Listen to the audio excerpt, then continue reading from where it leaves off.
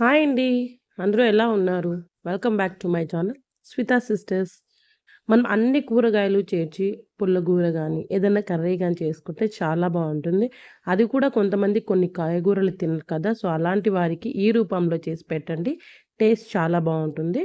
So, నేనైతే ఇక్కడ మట్టి పాత్రలో చేస్తున్నాను. మీరు మట్టి పాత్ర ఉంటే చేయండి. లేదు అంటే కడాయిలో అయినా చేసుకోవచ్చు.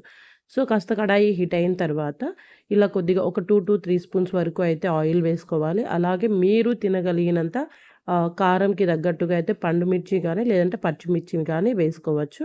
అలాగే ఒక 2 వరకు పెద్ద సైజువి అయితే నేను 2 వంకాయలనైతే ఈ విధంగా పొడవుగా కట్ చేశాను. అలాగే ఒక చిన్న బీరకాయ గూడా తీసుకొనేసి దాన్ని గూడా చిన్న ముక్కలుగా కట్ చేసి చిన్న ఎర్రగడ్డలుంటాయి గదా! సో, ఇటువంటి వాటిని వేస్తే టేస్ట్ చాలా బావుంటుంది. ఉంటే మాత్రం వేసుకోండి.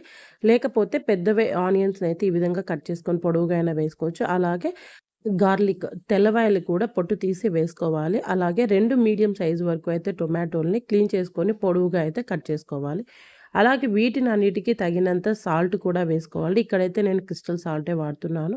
అలాగే ఒక హాఫ్ టీ స్పూన్ వరకు అయితే పసుపు, ఒక గుప్పెడ వరకు అయితే కొత్తిమీర, ఒక 2, 3 రెమ్మల వరకు అయితే పచ్చి కరివేపాకు. సో, వీటినన్నిటిని వేసుకున్న తర్వాత ఇప్పుడు మీరు మట్టి పాత్ర చేసేలాగా అయితే ఎప్పుడూ కూడా మనము చెక్కది వాడడానికే చూడాలి. లేదు అంటే మనకి సిలికాన్ దొరుకుతాయి గదా! గెరిటెలు అవైనా వేసుకోవచ్చు.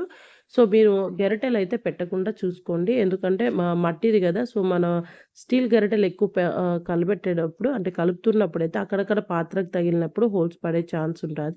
సో, అందుకోసం అనేసి ఈ విధంగా చెక్క గరిటెలయితే వాడితే చాలా బెస్ట్ అనమాట.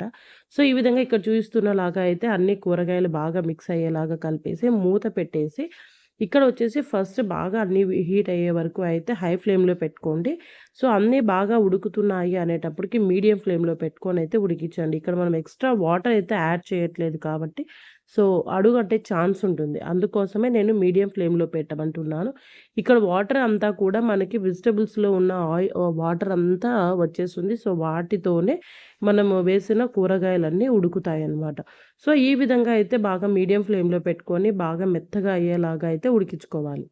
అడుగంటకుండా ఉండడం కోసమైతే మధ్య మధ్యలో 1, 2 సార్లు వరకు అయితే మూత తీసి మధ్యలో కలుపుతూ ఉండడం వల్ల సో, అన్నీ ఈవెన్‌గా ఉడుకుతాయి. అలాగే మాడకుండా కూడా ఉంటుందనమాట.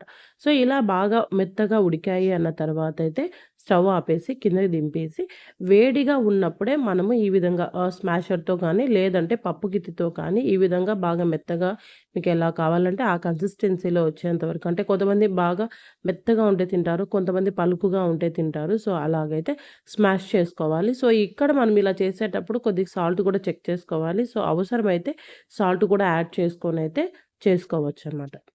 ఇక్కడ పోపన్నది మీ ఇష్టం. కొంతమంది పోపు పెట్టుకొని తింటారు. కొంతమందికి పోపు లేకపోయినా కూడా తింటారు. పోపు పెట్టుకున్నా, పెట్టుకోకపోయినా టేస్ట్ మాత్రం చాలా బావుంటుంది.